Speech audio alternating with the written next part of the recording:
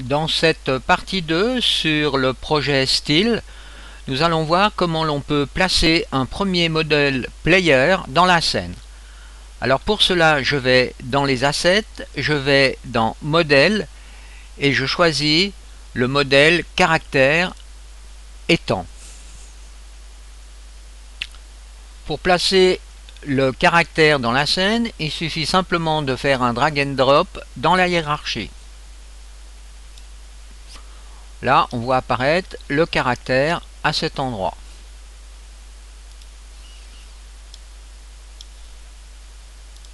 Ensuite, on peut changer facilement la position du caractère d'une façon numérique en allant ici dans position.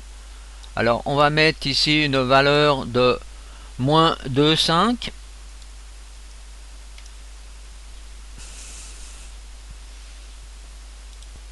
Donc, le player ne se trouve pas sur le trou ici avec l'échelle. Alors ensuite, il ne faut pas oublier de taguer le player en allant à cet endroit dans Tag et en faisant Player. Les tags sont utilisés pour retrouver facilement des objets à partir du script, c'est-à-dire à partir de la programmation que l'on va faire par la suite. Maintenant, nous devons définir les touches du clavier qui vont agir sur le player. Alors pour cela, on va dans Edit, Projet Setting, Input Manager. Et ici, on a dans l'Input Manager les différentes touches que l'on va utiliser. Alors la première touche est la touche horizontale. Le nom que l'on retrouve à cet endroit sera reconnu par le script. Alors ici, on va mettre donc en déplacement horizontal. Dans le cas d'un bouton donc négatif, eh bien on va mettre la touche left. Positif bouton, on va mettre la touche right. Ensuite, on désélectionne le snap. Le snap est une variable qui permet de remettre à 0 automatiquement lorsqu'on change de direction. Le nom left et right, ainsi que down et up, correspondent aux touches du clavier, ce que l'on appelle les arrow keys, donc les flèches gauche-droite, haut, bas. On a ensuite ici une touche que l'on va appeler sneak, donc le nom ici. On va mettre la touche gauche shift. Là on peut mettre le snap en action. Alors ceci sera le cas où le personnage va se faufiler. Avec la touche X ici, on aura la fonction attract, donc le nom ici qui sera reconnu donc aussi par le script, qui sera l'émission d'un son, qui est un son d'excuse par exemple. Là ici nous aurons un nom donc switch qui sera activé par la touche Z du clavier. En conclusion, ces différents noms, avec l'appui sur des touches différentes, seront reconnus par les scripts.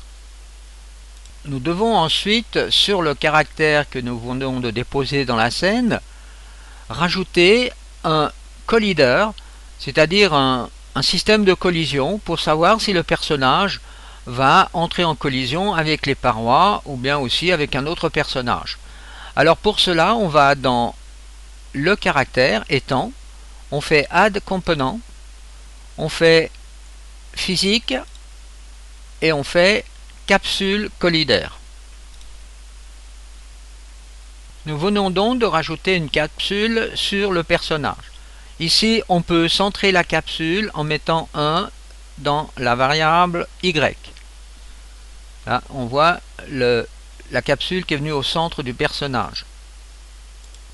Ensuite, on peut agir sur le rayon de la capsule en mettant par exemple ici 0.4.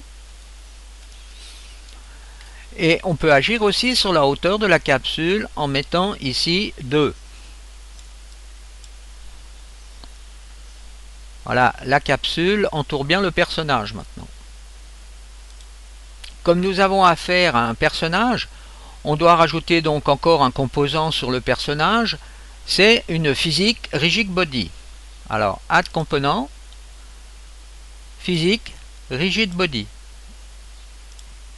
Maintenant, si nous ne voulons pas que le personnage tourne, par exemple, on peut contraindre donc le physique rigid body en appuyant à cet endroit sur contraindre, et on va donc sur la rotation X, Y et Z, on va donc supprimer la rotation du personnage en cliquant sur Freeze Rotation, et l'on peut faire la même chose sur l'axe Y du personnage, ici, pour la position.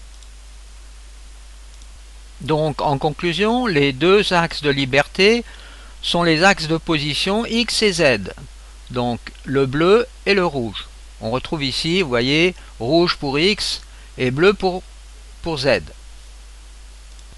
Nous pouvons en profiter pour ajouter un son sur le personnage lorsqu'il va marcher.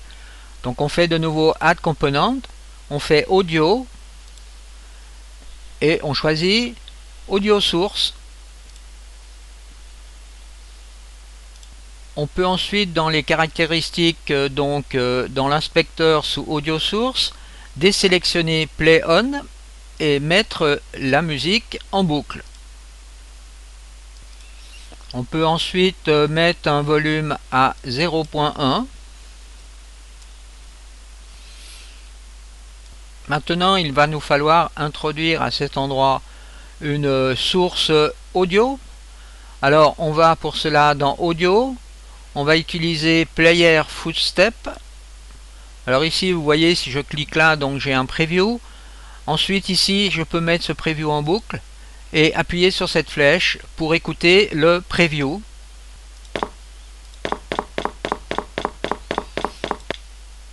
Donc maintenant que j'ai choisi le son, je retourne dans Caractère étant et je fais un drag and drop du Player Footstep que je place à cet endroit.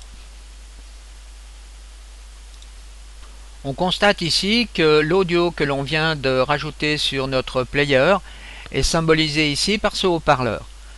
Alors maintenant, il faut savoir une chose, c'est que l'audio qui est fourni donc sur les haut-parleurs de notre ordinateur est créé par ce que l'on appelle l'audio listener.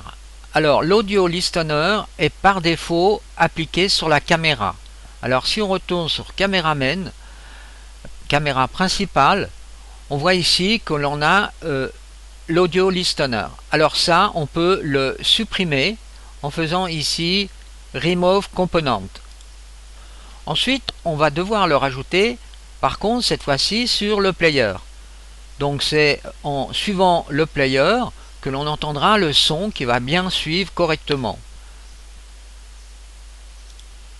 Donc on sélectionne notre caractère et ensuite on fait Add Component, Audio, et cette fois-ci Audio Listener, qui se trouve en bas de la pile. En somme, l'audio listener récupère tous les audios de la scène et les met donc sur les haut-parleurs du PC.